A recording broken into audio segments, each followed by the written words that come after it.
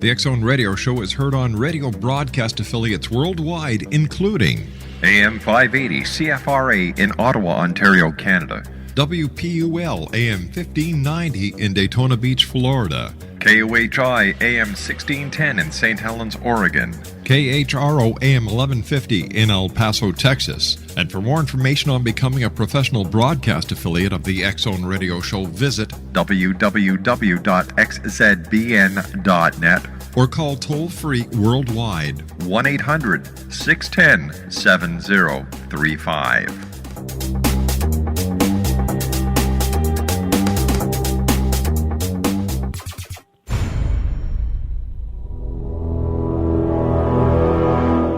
The X Zone radio and TV show is largely an opinion talk show. All opinions, comments, or statements of fact expressed by Rob McConnell's guests are strictly their own and are not to be construed as those of the X Zone radio and TV show or in any manner endorsed by Rob McConnell, REL-MAR McConnell Media Company, Talkstar Radio Network, its affiliated stations, or employees.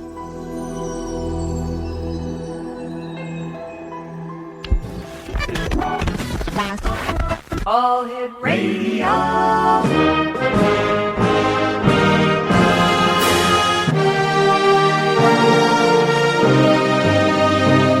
Welcome to the X Zone, a place where fact is fiction and fiction is reality. Now, here's your host, Rob McConnell.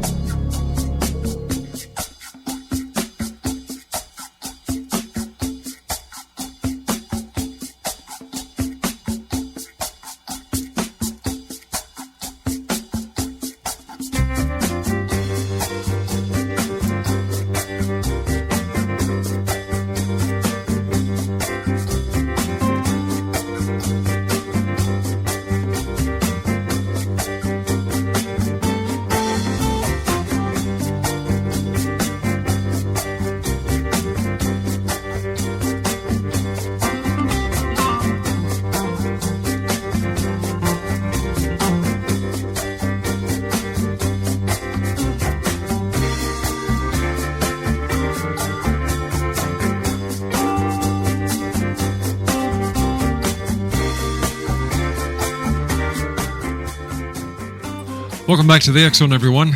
We're coming to you from our studios in Hamilton, Ontario, Canada, on the Talkstar Radio Network, X Zone Broadcast Network, UK High Definition Radio, Euro High Definition Radio, and Star Cable. 1-800-610-7035 worldwide toll-free. Email xzone@xzoneradiotv.com. On MSN Messenger, xzoneradiotv@hotmail.com. And our website, www.xzoneradiotv.com. My guest this hour is Chip Haynes, and Chip's going to be talking to us this hour about his book. It's entitled Peak of the Devil. And Chip, why don't you tell our listeners a little bit about yourself? Well, okay. Hey, Rob. I'm a writer and artist. I live down here in Clearwater, Florida, which is on Florida's west coast on the Gulf of Mexico. And a while back I wrote a book about the global oil situation, not directly related to that spill we hear so much about, but that is part of it, certainly. Tell me, have your coastal waters been affected by the spill? We're pretty good so far. You have to understand the Gulf of Mexico is probably the largest gulf in the world, and that spill took place way up on the north side of the thing, up off the coast of Louisiana. We're probably 500 miles around to the extreme right side, the extreme east side of the Gulf, and our beaches are beautiful. Has the spill affected your tourism down in your part of Florida? They say yes. Anytime somebody says oil in Florida, people don't understand. Florida is a very large coastline. It is massive. It's nothing but coastline. And I understand way up on the Panhandle around Pensacola, Panama Beach, they've seen some stuff come ashore. But once you get around past what they call Apalachicola Bay, there is nothing easy to spell in Florida. We're okay. We're good. We also see some things washing ashore, and with a situation like this, you see panic set in pretty quick, and anything that comes ashore that you can't identify, oh my gosh, it must be oil. May or may not be. But, so far we're good. We do get some people, tourism people, well, we're kind of afraid to come down. We're kind of afraid to book. We don't know what's going to happen. So, yeah, they're certainly seeing that sort of reaction to the spill, even though, like I say, right now we're really good. It's gorgeous out there. How was your Independence Day weekend? Was it as busy as business as usual? Seemed to be. Now, I got to admit, our Independence Day weekend right here in Clearwater, Florida was very rainy. We were getting an inch and a half of rain every day. It was quite wet. So it wasn't maybe as wild as in years past. A lot of people staying home, maybe catching it on TV. All right, Chip, you and I have to take a commercial break. We'll be back in 2 minutes. Chip Hayes is our special guest. www.peakofthedevil.com. That's www.peakofthedevil.com. Chip and I will be back on the other side of this 2-minute commercial break as the X Zone continues from our studios in Hamilton, Ontario, Canada. Don't go away.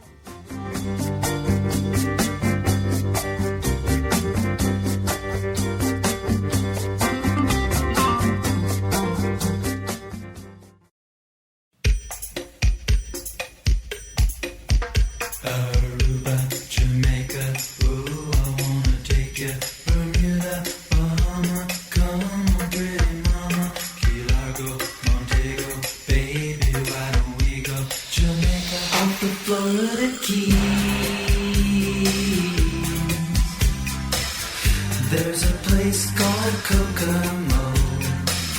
That's where you wanna go to get away from it all. Bodies in the sand, tropical drink melting in your hand. We'll be falling in love to the rhythm of a steel drum band. Down in Kokomo, Jamaica, ooh, I wanna take you to Bermuda, Bahama. Come on, pretty mama, Key Largo, Montego, baby, why don't we go down to Kokomo? We'll get there fast and then we'll take it slow. Chip Hayes is our special guest.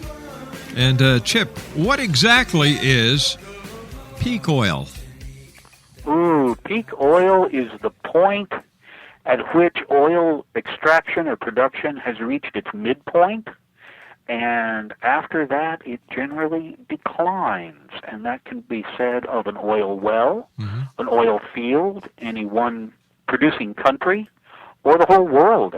If you chart oil production, it generally peaks right at the midpoint, and if you keep following it, it traces a perfect bell curve. Chip, where did your interest in the oil industry come from? Totally by accident. Back in 1996, I bought a little folding bike at a pawn shop, decided I'd start riding to work.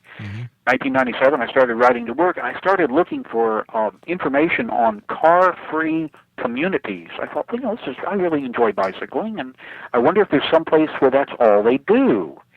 And in my search, I kept seeing references to peak oil. I thought, okay, fine, I'll bite. It doesn't look like a porn site. Maybe I should look at it. And I started clicking on these peak oil sites, and oh my gosh, what an education. Whew. What did you learn? Well, I learned that oil is definitely a finite resource. It takes about 65 million years for the Earth to make a batch of oil, and it's taken us about 150 years to go through half of it. That second half is going to get tough, and what people need to know is that it's not going to run out. It doesn't have to run out. Just start to run a little low, and those laws of supply and demand are going to kick in, and oil is going to get a little iffy. It's going to get expensive. For those of us old enough to remember the Arab oil embargo in late 1973, they took 5% of the world's oil off the market, and it quadrupled the price. It was one heck of a mess. It was very exciting. I was driving a VW then, so I was in pretty good shape. But man, long lines at the gas stations, even odd days. If your tag ended in an even number, you could only fill up on an even day. It was amazing. But it only lasted about 3 months, 4 months tops. I was wondering if you have any thoughts or comments about the oil companies themselves, like BP? Oh my gosh. I know everybody wants me to totally condemn BP.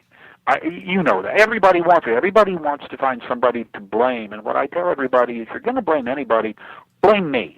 Mm-hmm. And they kind of look at me, well, why you? Well, I have a truck.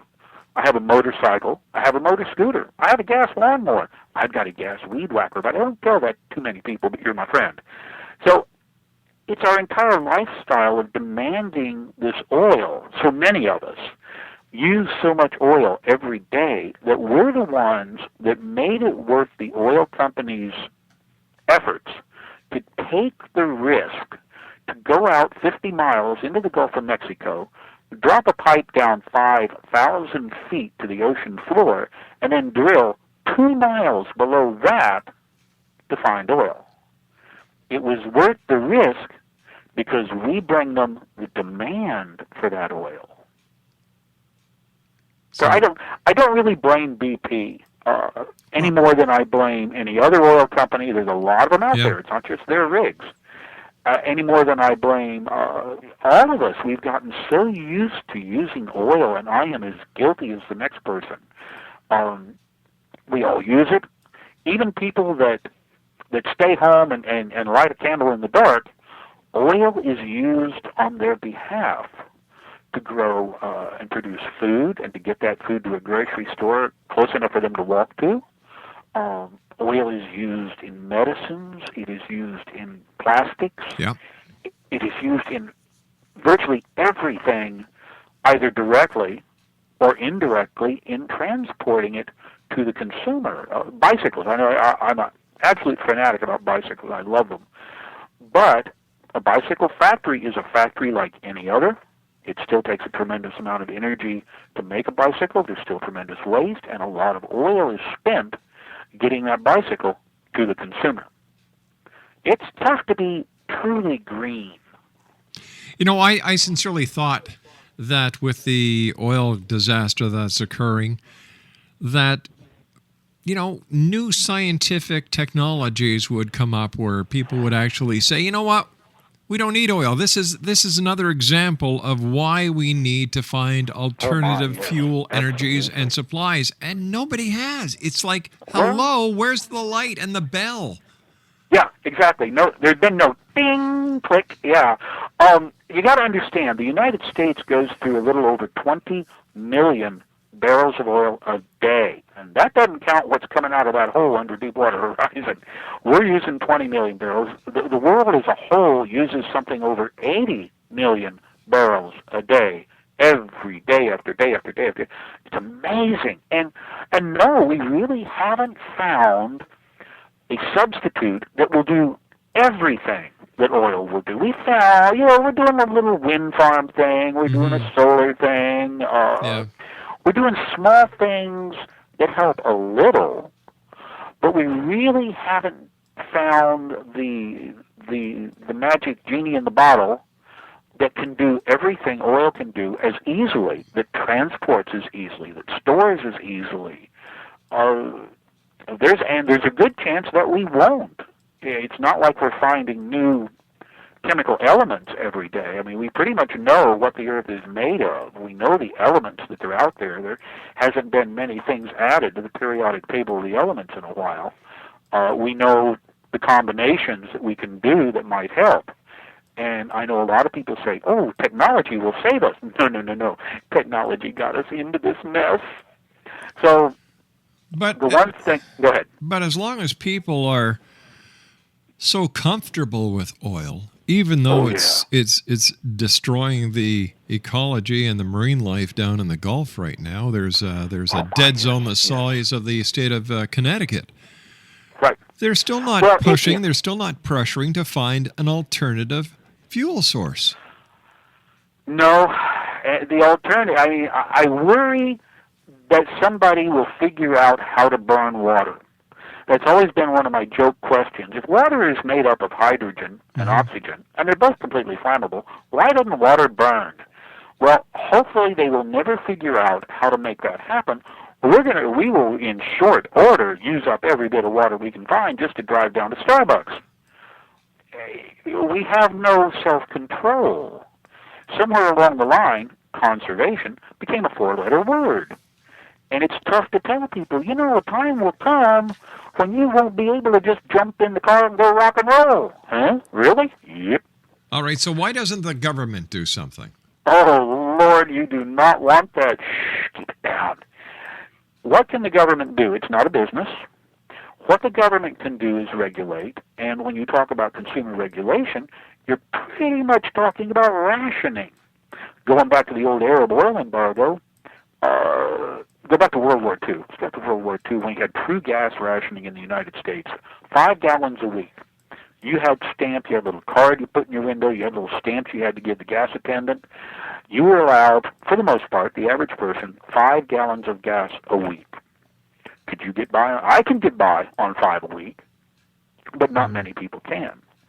I understand the average commute distance in the United States is 18 miles one way.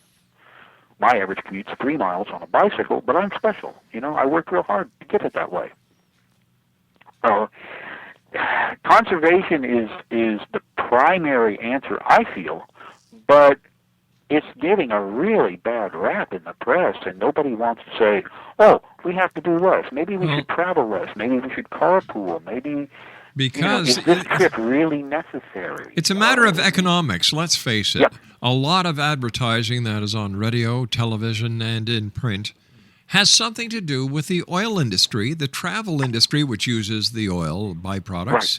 Right. And to go from destination A to destination B, you have to use your automobile or a bus or a plane or a train that all depend on the oil industry. So why would mainstream media bite the hand that feeds their pockets?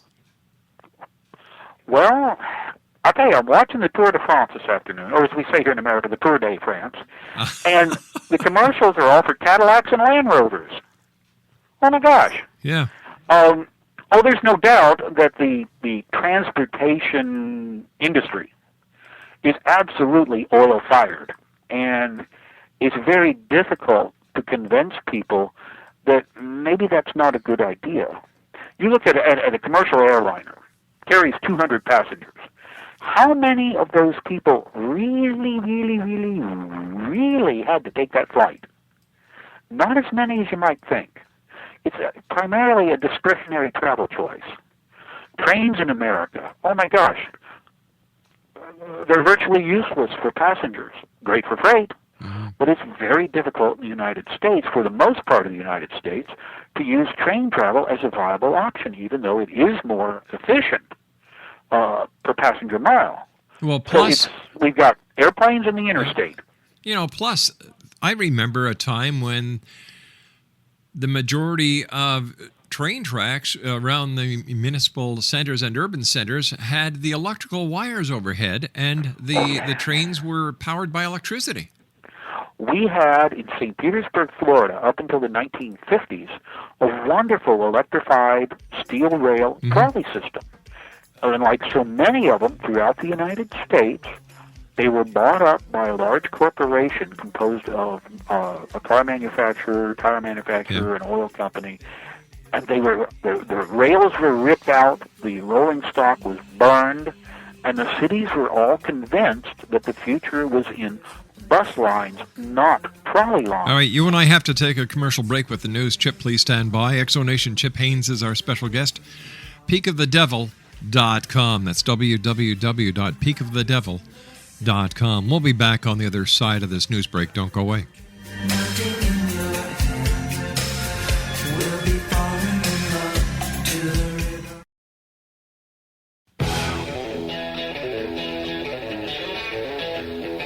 You're listening to the X Zone Radio Show, live and around the world on the Talkstar Radio Network. X-Zone Broadcast Network, UK High Definition Radio, Euro High Definition Radio, and Star Cable. Our toll-free telephone number worldwide is 1-800-610-7035. Our email address, xzone@xzoneradiotv.com. On MSN Messenger, xzoneradiotv@hotmail.com. And our website, www.xzoneradiotv.com.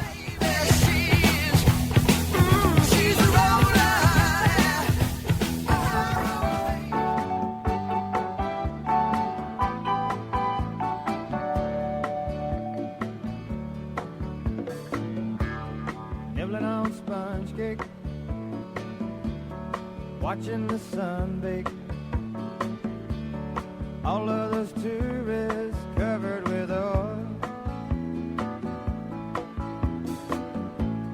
strumming my six string on my front porch swing. Smell those shrimp. Hey, Craig, stop that song for a second. Stop that song for a second. I didn't know Jimmy Buffett was a psychic. Did you know that, Chip? Well, he has certainly been pretty psychic around here, yes. Just listen to What's this. he got going? Just listen to this, all right? We're just going to start it off here. Okay, it's nice kind of music. I love it. I love margaritas. Okay, here we go. Nibbling on sponge cake, Sponge cake, okay. watching the sun bake. Sunbake, okay. All of those tourists covered with oil. All of the tourists covered with oil. You're right. He saw it coming. He did. He He did. did. man. Exonation, Chip Haynes is my special guest. He's the author of Peak of the Devil, www.peakofthedevil.com. We're talking about oil. Yeah, I just heard that and I had to stop the song to bring that to everybody's attention. I never thought about that. And every Floridian, to retain your driver's license in Florida, you have to be able to sing that song. Really?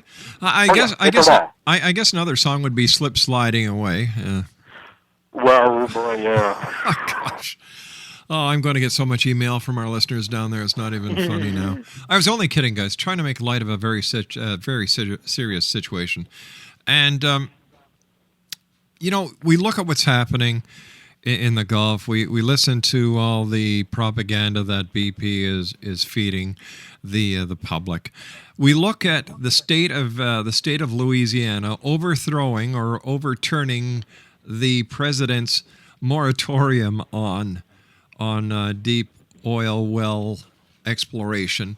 And you say to yourself, what in the name of heaven is going on? Like, who's on whose side? Who's the good guys and who are the bad guys? And doesn't anybody care about the wildlife, the marine life, and the fact that this oil is going to get out of the Gulf of Mexico? It's going to go along the coast, the eastern sea coast. And who knows what effect that this oil spill is going to have on the global environment. Nobody talks about that. Why? It's all about the dollars. You know that. You know that. Everybody's got an investment in oil. Everybody has a use for oil. Everybody needs that oil. And you got to understand that the Deepwater Horizon, when she went out there and it started drilling, exploratory well, somebody in BP, some research said, I think there might be some oil here. Let's go get a rig that costs $750 million, tow it out there, put it in place, spend about $1 million a day drilling down in below the seabed. 2 miles down, they found oil. Yeah, after that, it kind of went all pear-shaped. But you got to wonder if somebody at BP somewhere was in an office going, yeah, I told you there was oil there. So it's all about feeding that demand.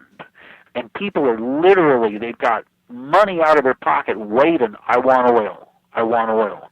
So to meet that demand, risks get taken, and, they don't care about what goes, I won't say they don't care about what goes wrong. They turn a blind eye to the possibility of something on this magnitude going wrong. They can handle little glitches. This is a big one. How many other books have you written, Chip? Written or published? Because you ask any author, that's two different numbers. I All right. have two other books that came out last year. I wrote The Practical Cyclist, that came out in April of 2009. And I wrote Wearing Smaller Shoes, which is all about low-impact living in suburbia. That came out in September of last year. Now, So this Peak of the Devil will be my third published solo effort. Now, what is wearing smaller shoes all about? Well, I'll tell you, it's not about Japanese foot biting. Somebody okay. asked me that. Right. Joanna and I live in a 1,500 square foot house in the middle of suburbia, in the middle of Pinellas County, Florida. Smack dab middle of suburbia as far as the eye can see, about 50 miles in every direction. And our power bills are about $28 a month. Our last one was. That translates to about 5 kilowatts a day, which is about nothing. So I wrote a book about how we got our energy use down so low, about how we ramped up our recycling, so that we're recycling probably 95% of our waste.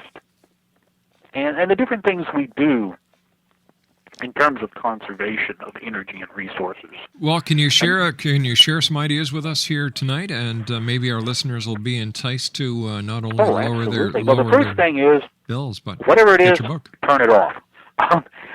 There's a difference, as I spell out in the book, a difference between electric and electronic. Mm-hmm. Your toaster is probably electric. If it's not toasting toast, it's not using power. Things like the microwave, that's more, and the computer, the television, these are more electronic, which means when you turn them off, they're not really totally off. Power is still being used to keep certain circuits warm to facilitate a fast startup. To overcome that, you want to take, for instance, your television. You get a power strip, which is essentially an extension cord with a switch on it. You plug in your TV, your cable box, your VCR, your DVD, everything that's connected with the television. Plug it into the power strip, and when you're done for the night, turn the power strip off. The same with the computer. Plug everything into a power strip. When you're done surfing, turn it completely off. You'll notice a huge savings. We went through and we changed all of our lights to compact fluorescence. That helped a lot. Now we're going back and we're swapping out the compact fluorescence for these new LED home lights. What a savings. Yeah, I've heard mixed reviews on the small fluorescents because they contain mercury. That is an issue. We're very careful about how we dispose of them. They do last longer than incandescents. The other issue that when they first came out, they were very oddly toned, I guess you could say, and everything looked kind of like greenish. Yeah. It was very odd in the kitchen and dining room. I was like, I'm sure this food's going to taste good, but it looks kind of green.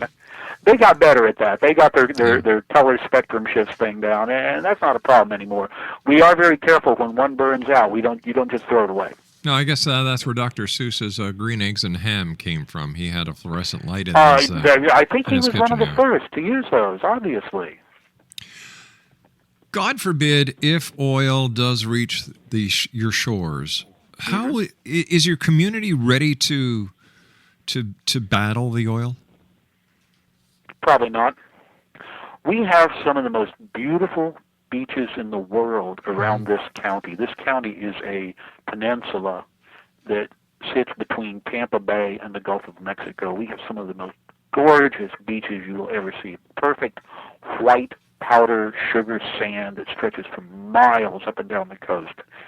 And the idea of this blobs of oil or the sheens of the lighter oil film kind of thing coming ashore, I cannot imagine how we would stop that for a length of, our county alone runs about 35 miles north to south, and the vast bulk of it is a perfect white beach.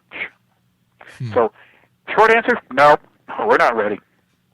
I don't know how anybody could be. Who do you blame for the oil spill?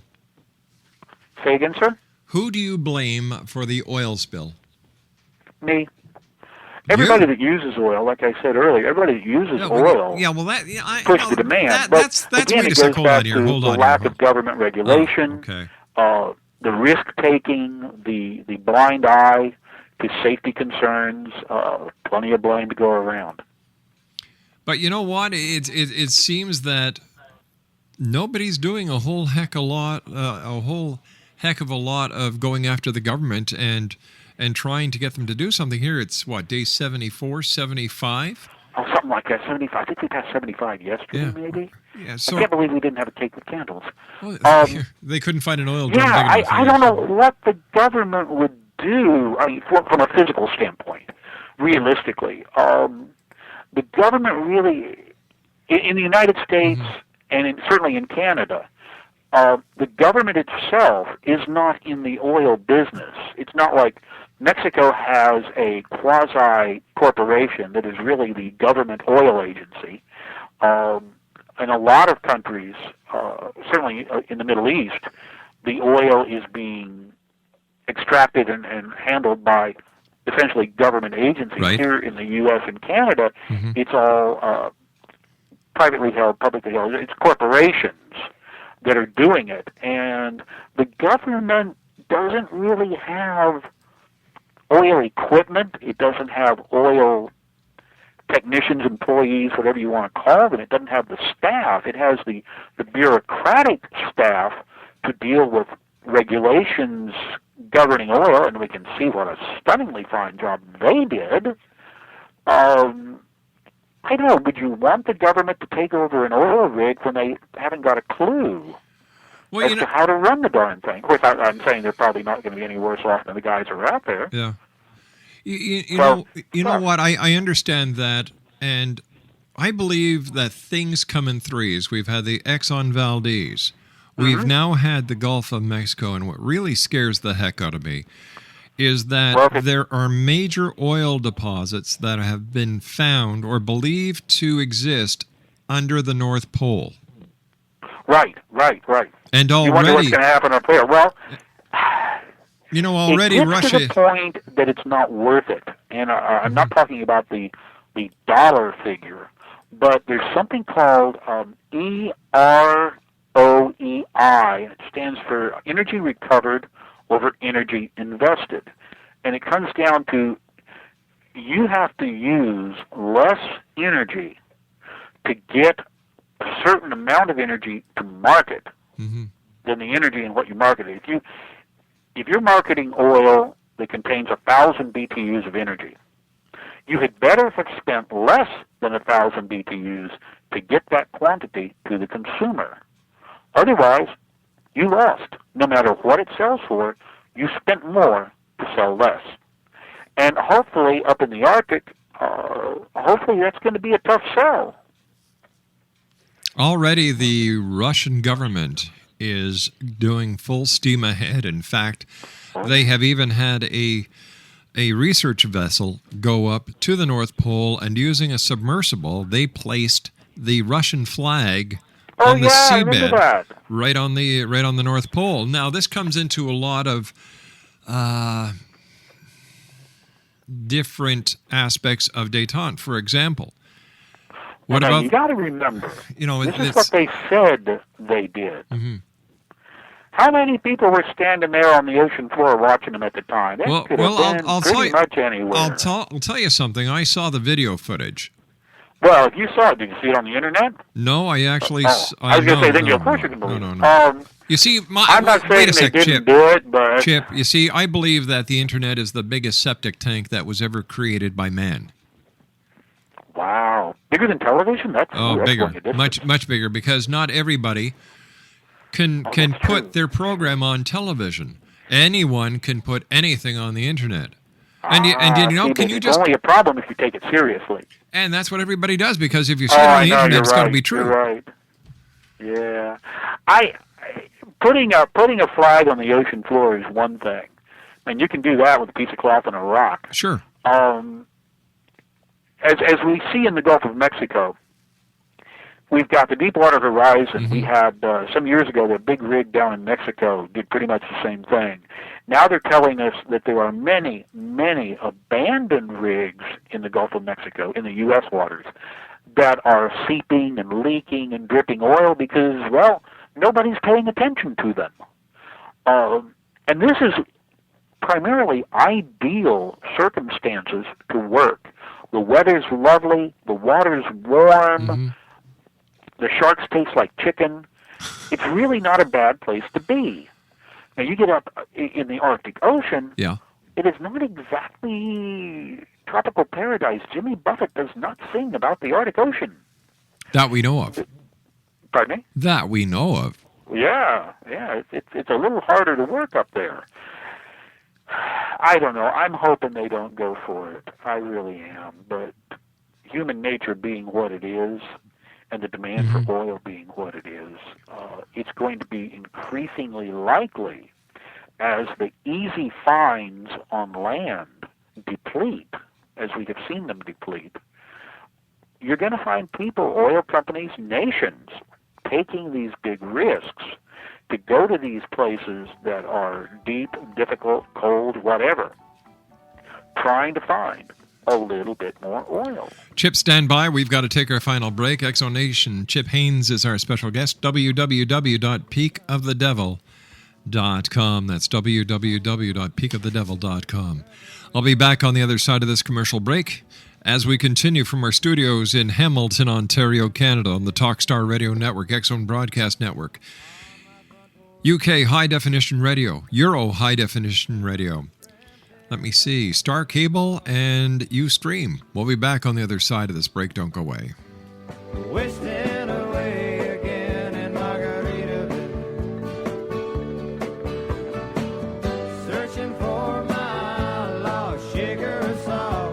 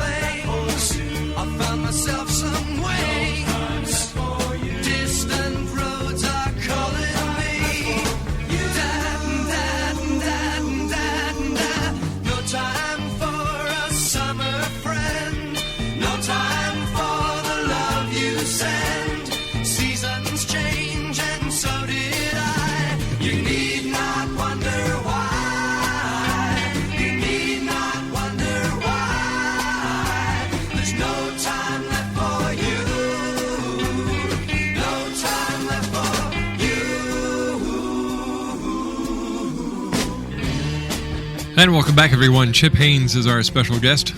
His website is peakofthedevil.com. That's www.peakofthedevil.com.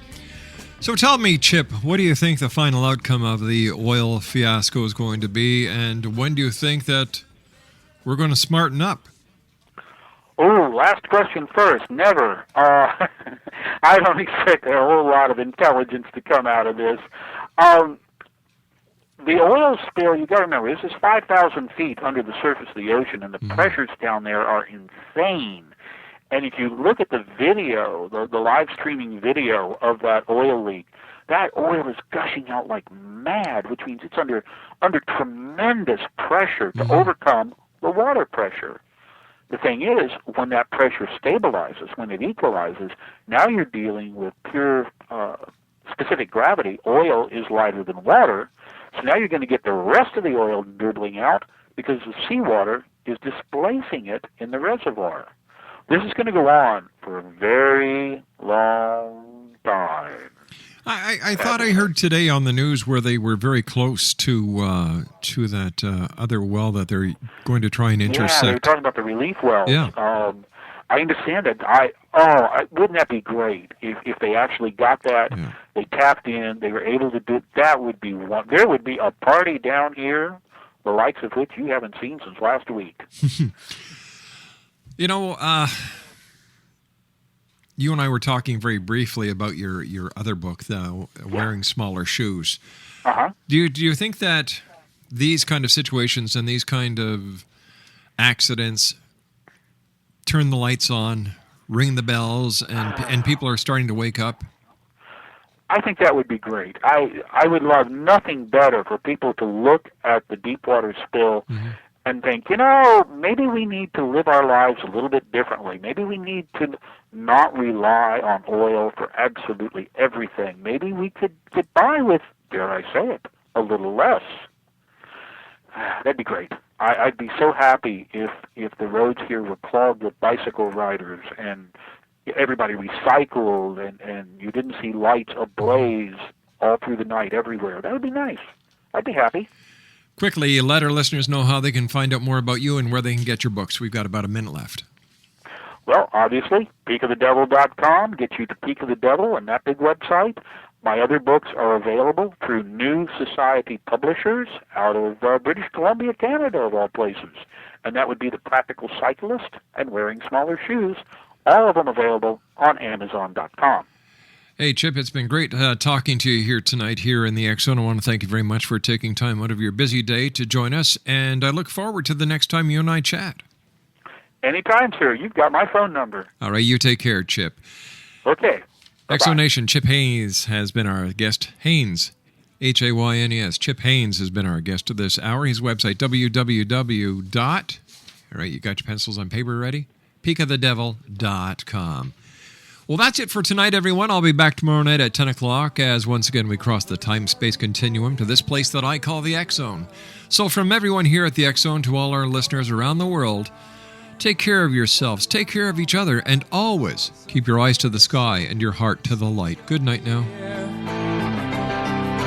Closing time.